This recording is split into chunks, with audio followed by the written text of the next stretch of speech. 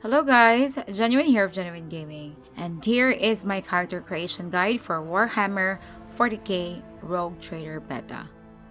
Since this game is still at beta, this is not yet the final game when it is launched. We should expect more changes and improvements before this game is done. You should also notice that as we go through the choices in character creation, you will see some notes of the developer that some particular works are still on the works. Let us start on the guide. After you choose to play a new game and after choosing the difficulty that you want to play on, you will be brought to character creation wherein you will try to flesh out your own character in the game. You will be brought immediately to PREGEN characters. Aside from making your own in the custom character, you're also presented with 3 other PREGEN characters. If you do not want to go through the process of making your own character, you can opt to choose these PREGEN characters. We have here Hekata, who is a marksman from the Imperial world with military traditions, who is a former ASTRA MILITARUM commander. Next is Darius. He is an adept from the Death world who is also a former vagabond. And last we have Bahadur. He is a fighter who is also from Death world and a former commissar. So as not to make this video too long, I will not go into the specifics of the PREGEN characters, as we will go over them again as we go through the process of making our character. As we go on and customize our own character, we are going to decide how our character will look out, and we have the following choices. The portrait, which is quite limited as of the moment, and I think they are going to add more. But from my experience playing with Owlcat Games like Pathfinder Wrath of the Righteous, we can always look for our own portrait or make our own and put it in one of the game's folders. Then we choose how our character look in the game. They are not too crazy on the detail, as you would not really see your character at a close view. You have each choice in your gender, male or female, your body type, tattoo, and implants. Then we have our home world. Choosing our home world is like choosing our race or where our character comes from. Death world. People from Death world live in a very harsh environment where plants, beasts, and even the environment itself is aggressive and destructive to human life. That is why people from Death world are the hardiest and most resilient population in the galaxy.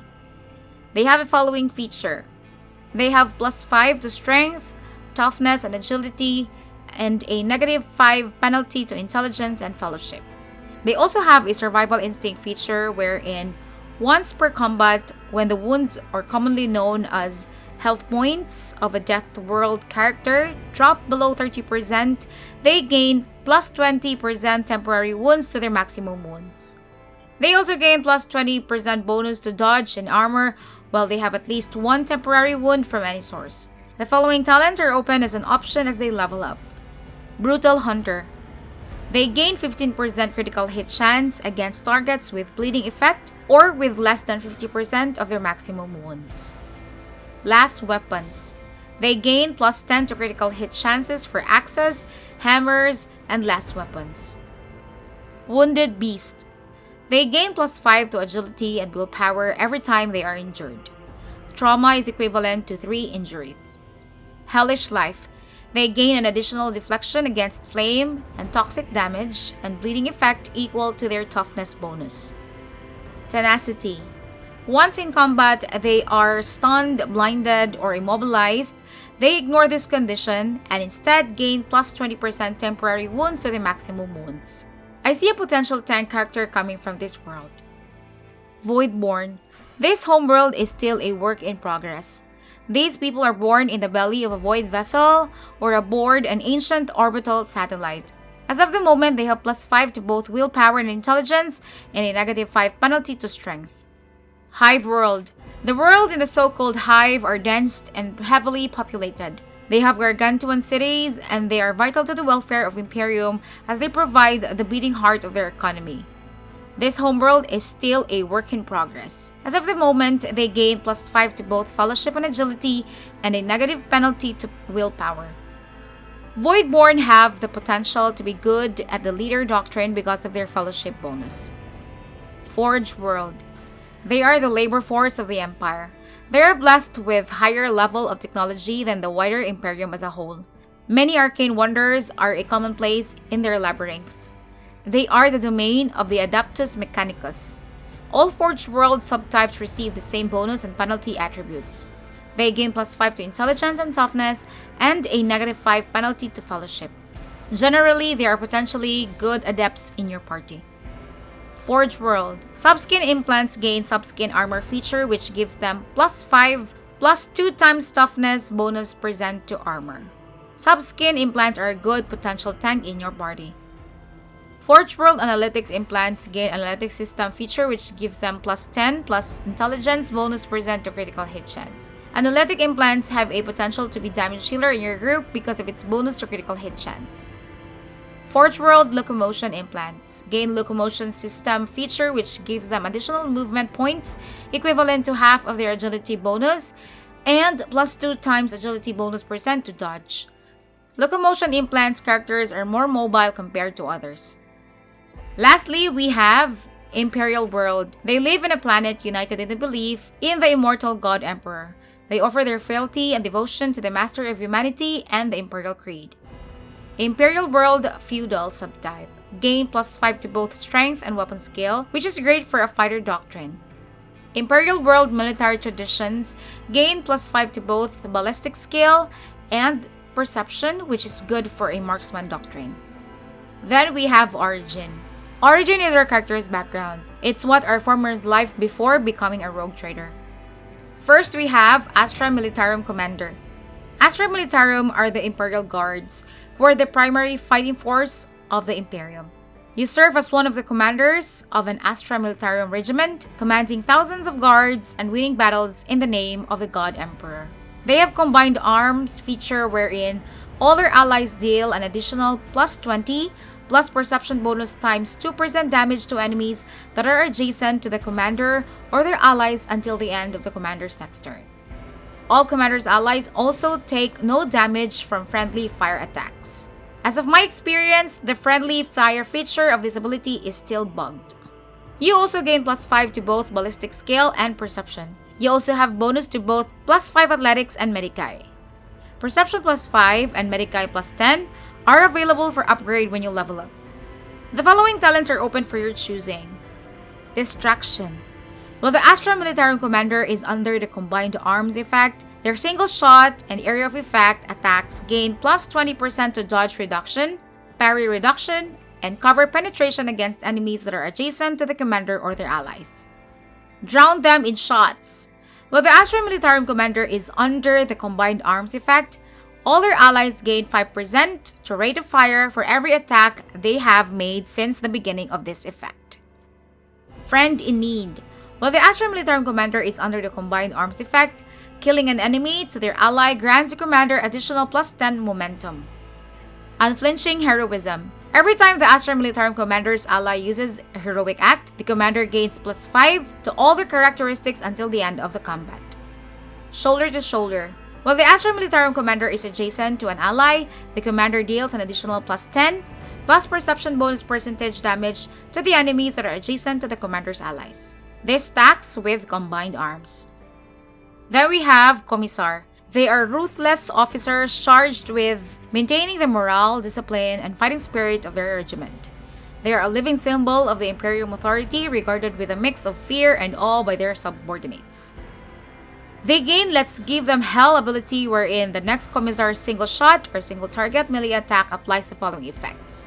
Targeted enemy becomes marked. The ally who killed the marked enemy gains an additional turn after the current one with +2 AP and +4 MP.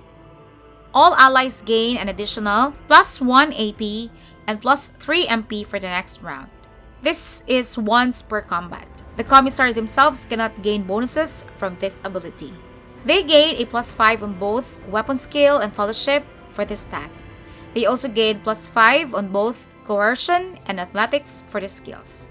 +5 fellowship and +10 coercion will be available for upgrading during level up. The following talents are an additional option for the Commissar. Put your back into it. While the Commissar's ally is under the Let's Give Them Hell ability effects, they suffer +50% all incoming damage, yet targeted ally gains +2 AP and +4 MP instead of +1 AP and +3 MP. While the Commissar is adjacent to an enemy, all their allies gain plus half of the Commissar's fellowship bonus to their resolve. Third, we have Vagabond. You were in the dark path of smugglers and renegades. You were a dangerous yet resourceful person, unwilling to bow to the law. This origin is still a work in progress. Vagabond gains plus 5 to both weapon skill and perception. He also gained plus 5 to awareness and logic to skills. Plus 5 perception and plus 10 awareness are available for upgrade during level up. Then we have MINISTORUM Priest. You used to be one of those fiery and charismatic individuals concerned with keeping a close watch on your congregation. You belong to the complex hierarchies of cardinals, missionaries, preachers, and zealot laity. They gain War Hymn, wherein you grant momentum equal to the MINISTORUM Priest willpower bonus times 2. This ability also grants an additional momentum equal to the Priest willpower bonus for each enemy that is either in a 5-cell radius of the Priest or was hit with the Priest this turn. This is available once per combat. They gain plus 5 to both toughness and willpower. They also gain plus 5 to both lore Imperium and Medicae to skills modifier. Plus 5 willpower and plus 10 lore Imperium are available for upgrade during level up. The following talents are an additional option for the MINISTORUM Priest. Litany of Purification. All enemies in the area of effect of the War Hymn ability gain 1 stack of Disturbed effect. Enemies that are adjacent to the Priest gain 2 stacks of Disturb instead. Also, all demons in the area of effect suffer damage equal to the Priest's momentum restored while using this ability. Litany of Hatred. The MINISTORUM Priests and their allies in the area of effect of the War Hymn ability gain plus half of the Priest's willpower bonus damage for single shots and attacks of opportunity for 1 round. Shield of Faith. The MINISTORUM Priest gains plus 4 times willpower bonus percentage to armor against attacks of the demons and warp damage. The Priest's resolve is also permanently increased by half of the willpower bonus. Next we have Navy Officer. You used to be a Navy officer and a commander of a void ship, hardened in numerous battles and famous for resounding victories. They gain Brace for Impact, wherein, for 1 round, the Navy officer and their allies in a 3-cell radius gain plus 2 deflection to each doctrines taken by the Navy officer. They cannot be forcefully moved or overpenetrated once per combat. They gain plus 5 to both Commerce and Demolition. They also gain plus 5 to both Commerce and Demolition skills. Plus 5 Agility and plus 10 Demolition are available for upgrade during level up. The following talents are an additional option for the Navy officer. Do Not Falter. All allies affected by the Brace for Impact ability do not suffer negative effects of melee superiority until the end of combat. Scatter. All allies affected by the Brace for Impact suffer only half damage from all attacks of opportunity. Perfect Timing. All allies affected by the Brace for Impact ability gain plus 30% to cover penetration. The Navy officer themselves also permanently gains plus 15% to cover penetration. Then we have Noble. This origin is still a work in progress. You grew to adulthood upon a spire of affluence and grandeur that tower high above the common Imperial masses. You gain plus 5 to both Intelligence and Fellowship. You also gain plus 5 to both Coercion and Persuasion skills. Plus 5 Fellowship and plus 10 Persuasion are available for upgrade during level up. Lastly, we have Sanctioned Psykers. One is focused on Biomancy, who is also called Biomancer, and the other is focused on Divination, who is also called a Diviner. Biomancers specialize in manipulating biological energy and processes with the power of their minds.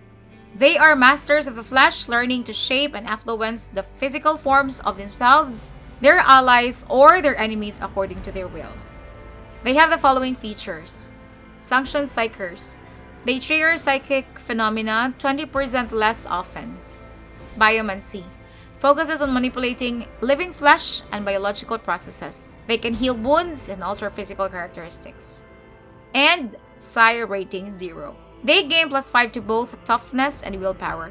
They also gain plus 5 to both lore warp and corrode skills. Plus 5 willpower and plus 10 lore warp are available for upgrade during level up. Psi rating 1 to 4 are available as an additional option for talents. Diviner have abilities that allow them to look into the twisting strands of the Imperium in search for the answers they seek, and sometimes even influence the outcome of fate itself. They have the same bonuses as Biomancer, except that their psychic powers are focused on divination. Divination specializes in gleaning information and using it to turn fortune in your favor. Diviners find useful insights everywhere, manifesting extrasensory abilities and glimpsing the future. There are still no available choice for Triumph and Darkest Hour, as they are still being worked on by the developers. Then we have Doctrines.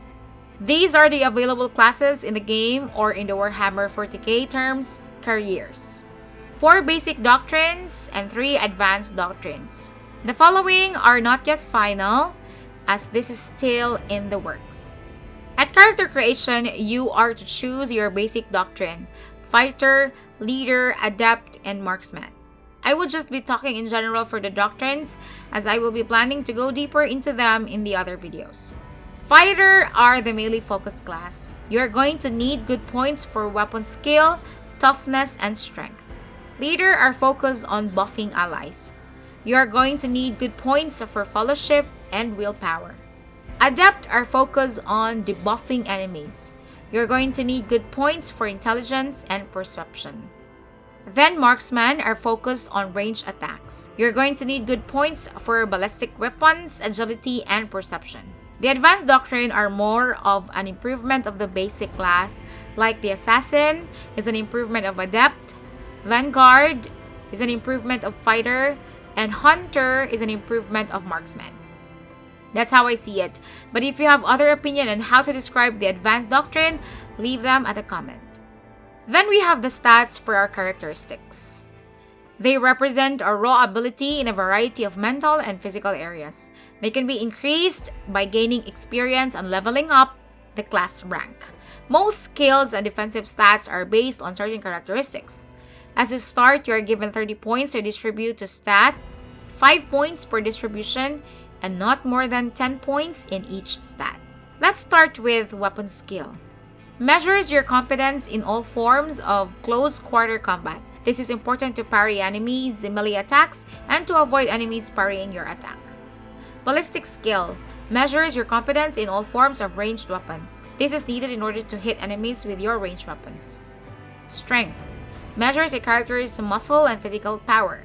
A high strength characteristic value allows a character to lift heavier objects and punch a foe harder. This becomes the base stat of your athletic skill. Toughness measures how easily a character can shrug off injury, as well as how easily they can resist toxins, poisonous environments, disease, and other physical ailments. This affects your wound or health points for your character. This also becomes the base stat for your Karoo skill. Agility measures a character's quickness, reflexes, and poise. This would determine your character's movement points. The higher the agility bonus, the farther they can move each turn. This stat affects your dodge ability. This also becomes the base stat for your demolition skill. Intelligence measures a character's acumen, reason, and general knowledge. This becomes the base stat for your logic, lore Imperium, lore warp, lore Xenus, Medicae, and tech use skills. Perception measures a character's awareness and the acuteness of their senses. This stat can reduce enemies' dodge ability. This also becomes the base stat for awareness skills. Willpower measures a character's ability to withstand the horrors of war, the terrors of space, and the dreadful opponents they are bound to encounter in their missions. This stat affects your psychic powers. That is why this stat is very important for PSYKERS. Fellowship measures a character's persuasiveness, ability to lead, and force of personality. This stat becomes the base stat for coercion, commerce, and persuasion skills. As to what the characteristics is important to what doctrines, I will discuss it in my other future videos when we go to each doctrine in the game. If left something out, please let me know in the comment section below. But as of now, do not forget to leave a like if this video is helpful, and for more Warhammer 40K Rogue Traders videos, subscribe to the channel. See you in the next video. Ciao!